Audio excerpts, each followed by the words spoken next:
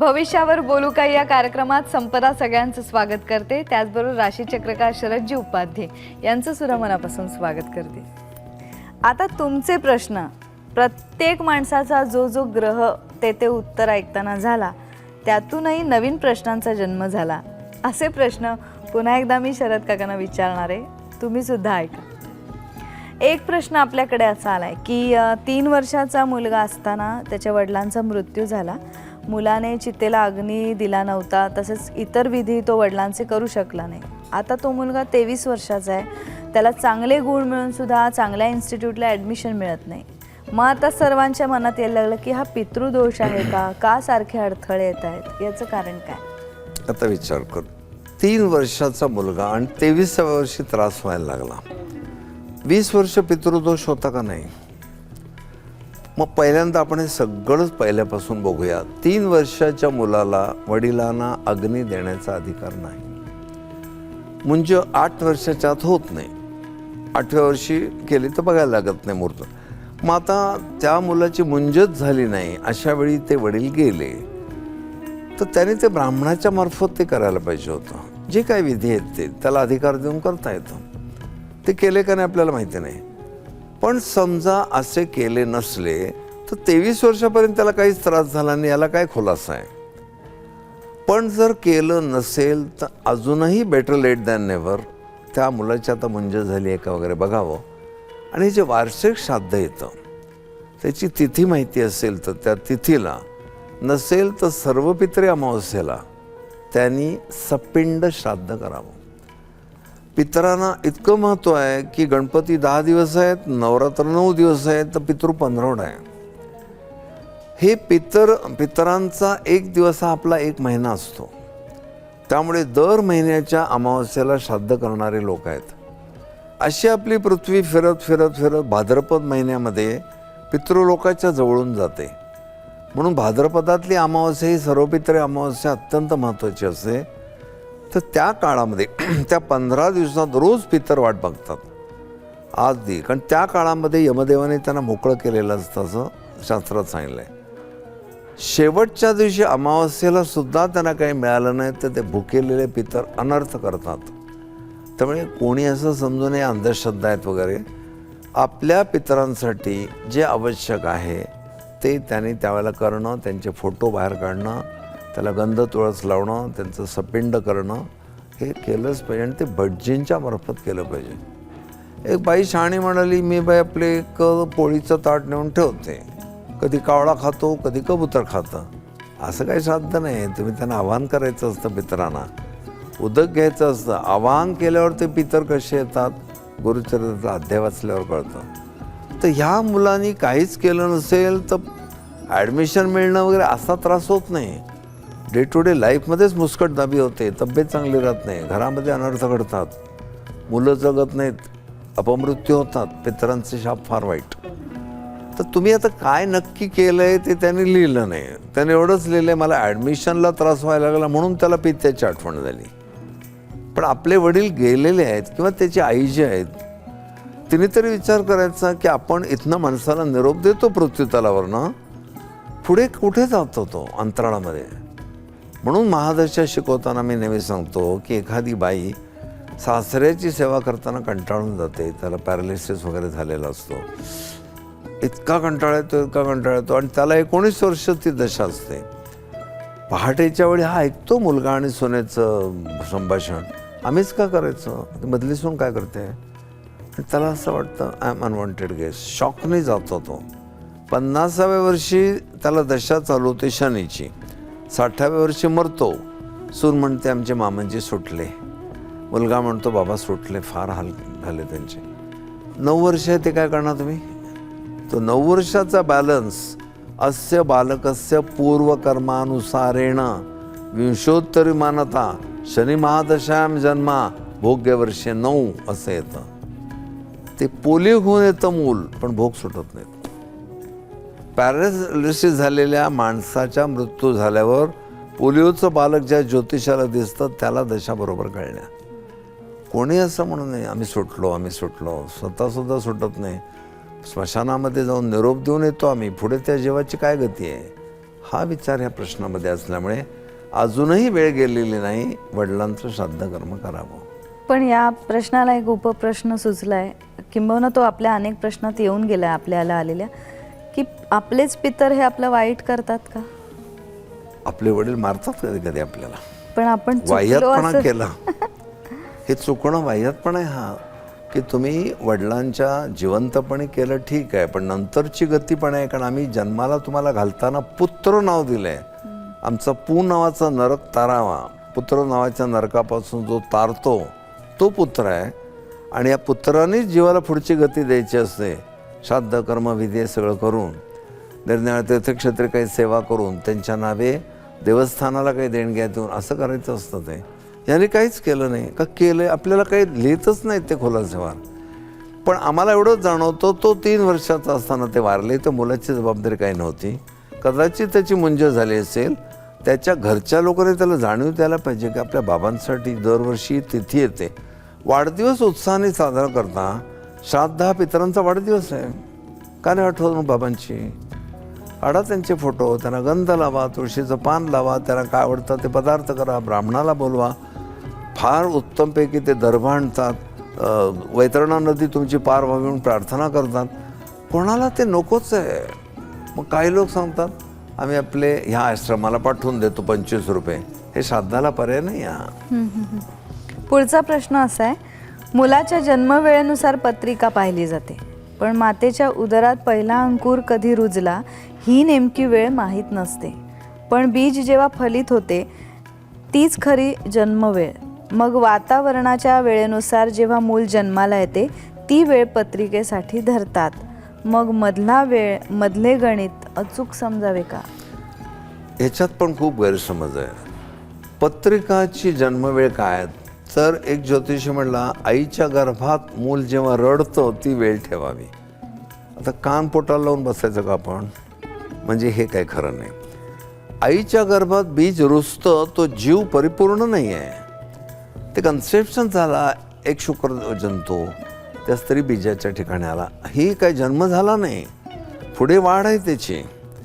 आणि मग अशा ठिकाणी पूर्णतः ते बालक जन्माला येताना असं परावलंबी असतं, आईच्या अन्नावर असतं. नाळ कापली की वेळ ठेवतात, ती खरी कुंडली. बरोबर. याचं आणखीन विस्तृत उत्तर द्या. शास्त्राप्रमाणे नाळ कापल्यावर वेळ ठेवायची. काही लोक म्हणतात ते मूल रडलं की वेळ ठेवावी. एक बाई म्हणाली आमचं कार्टं रडलंच नाही 2 दिवस.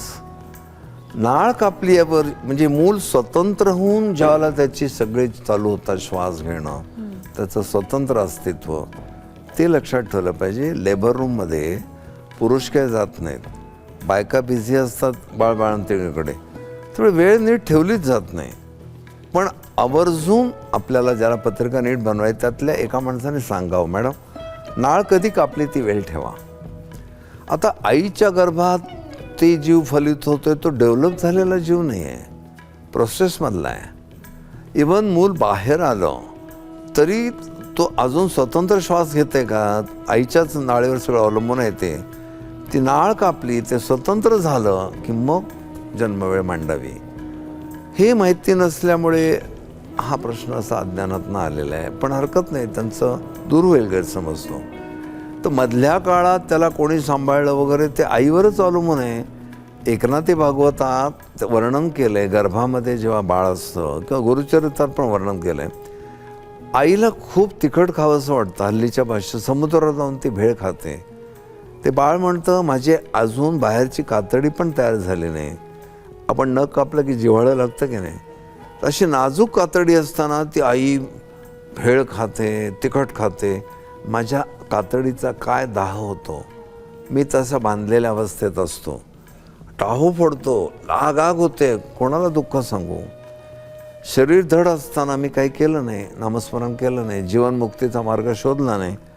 आणि असे 9 महिने 9 दिवस गुरुचरित्रात तो राजा आला, महाराजांनी बुद्धी दिली पूर्वजन्म आठवण्याची. तो म्हणाला बाळपणीचे दुःख आठविता हृदयस्फोट होई.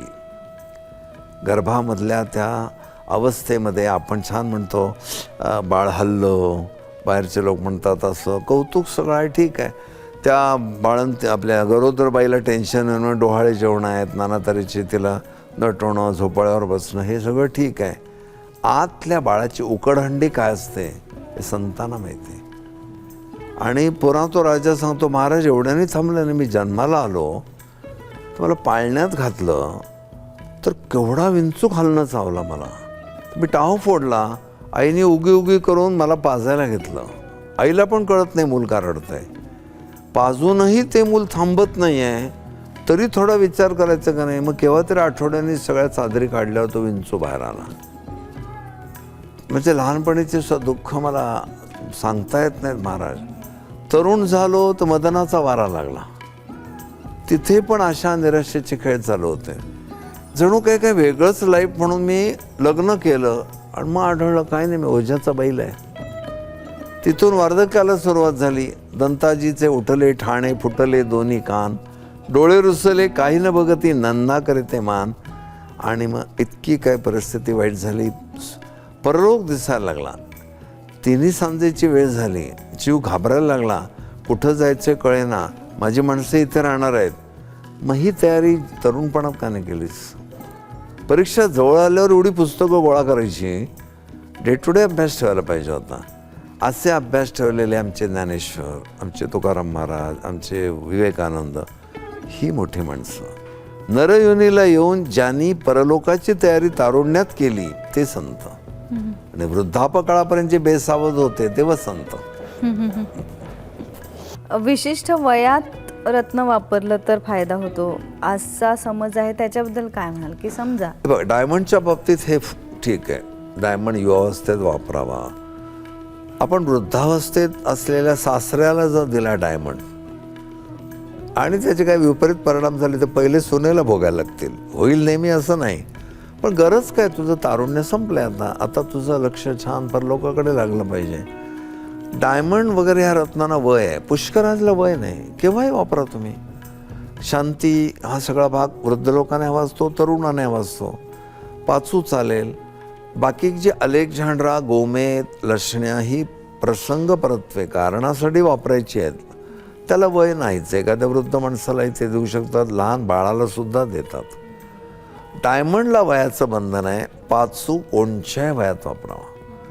कारण माझा नवरा खूप असा ना ॲक्टिव्ह आहे, ह्याची कोण कंप्लेंट करत नाही. अधिक झालं तर अधिक होत आहे. तर पाचूच्या बाबतीत वयाचं बंधन नाहीच. नवग्रह शांती म्हणजे काय आणि ती का करतात? ग्रह वक्री होतात म्हणजे काय, त्यांचे परिणाम काय? नवग्रह शांती ही बऱ्याच मोठमोठ्या यज्ञांच्या आधी पण करतात. नवग्रह स्तोत्र का म्हणायला सांगतात व्यास? तर तुम्ही जन्माला जेव्हा येता त्याला वासना घेऊन येता, म्हणजे तुमच्या नवग्रहांची सत्ता तुमच्यावर प्रस्थापित होते. रवी तुमचं आरोग्य, चंद्र मन, बुध बुद्धी, गुरु ज्ञान, शुक्र शृंगार, शनी तुमची कर्म, तुम्ही त्यांच्या ताब्यात जाता. मग त्यांना लाच देण्याचा प्रकार असा समजू नये. तर हे ग्रहानो, आता पूर्वकर्मानुसार मी मुक्त न होता परत तुमच्या राज्यात आलो आहे, तुमच्या सगळ्यांचे अधिकार माझ्या देहावर चालले आहेत, तर मला सौम्यपणाने यातनं बाहेर काढा. ह्यासाठी कृतज्ञ बुद्धीने नवग्रह शांती करायची. त्या ग्रहांचं एक एक विशिष्ट द्रव्य आहे, इंधन आहे, ते द्यायचं आणि नवग्रह शांती करायची. पण ती शांती करताना सुद्धा ग्रहांची स्तुती आहे. पण खूप लोक काय म्हणतात, मंगळाची शांती करून टाका म्हणजे मंगळ शांत होईल, सूर्य शांत होईल. सूर्य शांत झालं, तुम्ही कुठे जाल, कुठल्या कुठे. ग्रहांना बदलण्याची भाषा तुम्ही करू नका. माझ्यावर त्यांचा जो परिणाम होतोय तो दूर करा. तुझं माझं भांडण झालं आणि मला कोणी झालं, संपदाला शांत करा, तर मी म्हणेन थांबा, मी त्याच्याकडे जातो. संपदा सॉरी, मी तुझ्यापेक्षा खूप मोठा आहे, तरी मी असं बोललो तुला, तो हर्ट झाली आहेस, हे सांगून मी तुझ्या मनामध्ये एक आदराचं स्थान निर्माण करतो. हे करायचं असतं नवग्रह शांतीमध्ये. तेच जर मी म्हटलं, हे संपदा, काल मी तुला खूप बोललो, पण आज मी तुला 101 रुपये देतोय, शांत हो, ते म्हणशील ताट उचला निघून जा. मला शांत करायचं असेल तर मला साजेसा वागा. हा प्रकार असतो ना, हेच कळत नाही लोकांना. लाच देण्याचा प्रकार होता. नीट शास्त्र समजून घेऊन नवग्रह शांती केली तर आमच्या कुंडलीत ज्या ज्या कॉस्मिक रेजचे आम्हाला कमी जास्त काय प्रमाण अनुभव येतात ते नॉर्मल होतील. नवग्रहाची अंगठी वापरण्यासारखं होईल ते पण. आणि ग्रह वक्री होतच नाहीत कधी. ग्रह कायम मार्गीच असतात. पण आपली पृथ्वी ही पश्चिमेकडून पूर्वेकडे फिरत असल्यामुळे आपल्याला सगळे ग्रह जाताना असे दिसतात. मग वक्री ग्रह होतो म्हणजे काय, तर व्यवहारातलं उदाहरण घेतो. आपण लोकल ट्रेनने प्रवास करतो ना, तर शेजारची लोकल हलते तर आपल्याला वाटतं आपलीच हल्ली आहे. किंवा तू हायवेवरनं जाताना एखादं विमान जातं, तू विमानाकडे बघ, तुझ्या वाहनाची गती जेव्हा जोरात असते तर ते विमान स्थिर वाटतं. मग तू एकदम ब्रेक दाबून गाडी थांबव आणि ते विमान चालायला लागतं. जितका काळ ते विमान तुला मागे जाते किंवा स्थिर आहे वाटतं, तितका काळ तो वक्री असतं. म्हणजे वक्री ग्रह म्हणजे खूप अंतरावर गेलेला, अंतरामध्ये खूप फरक पडतो, त्याला वक्री ग्रह होतो. आणि आपल्याला तो मागील राशीत जातो असं वाटतं, कारण आपण जास्त गतीने पुढे जात असतो. अंतर आणि गतीचा हा फेनॉमेना आहे थोडासा. पण वक्री ग्रह क्षीण फळे देतो असं फलादेशात म्हटलंय, दूर अंतरावर येतो. प्रश्न इथे थांबवायला लागतात, वेळ संपत आली. पण या प्रश्नांचा आढावा आपण पुन्हा एकदा कधी घेऊ. जरूर या प्रश्नांचं स्वागत आपण केलंय आणि मला असं वाटतं जी उत्तरं आपण दिलेत त्यातनं समाधान नक्की मिळाले सगळ्यांच्या वतीने. आभार मानते. तुमचे प्रश्न आमच्यापर्यंत पोहोचवत राहा. ज्या ज्या वेळेला संधी मिळेल त्या त्यावेळी ते प्रश्न त्यांच्यापर्यंत पोहोचवले जातील. शिवाय हा कार्यक्रम तुम्ही पाहत जा. भविष्य ज्या ज्या घटनांनी ज्या ज्या गोष्टींनी घडलंय त्या सगळ्याचा आढावा आपण विस्तृतपणे घेत राहणार आहोत. भविष्यावर बोलू काही या कार्यक्रमात. आज इथेच थांबते. अच्छा.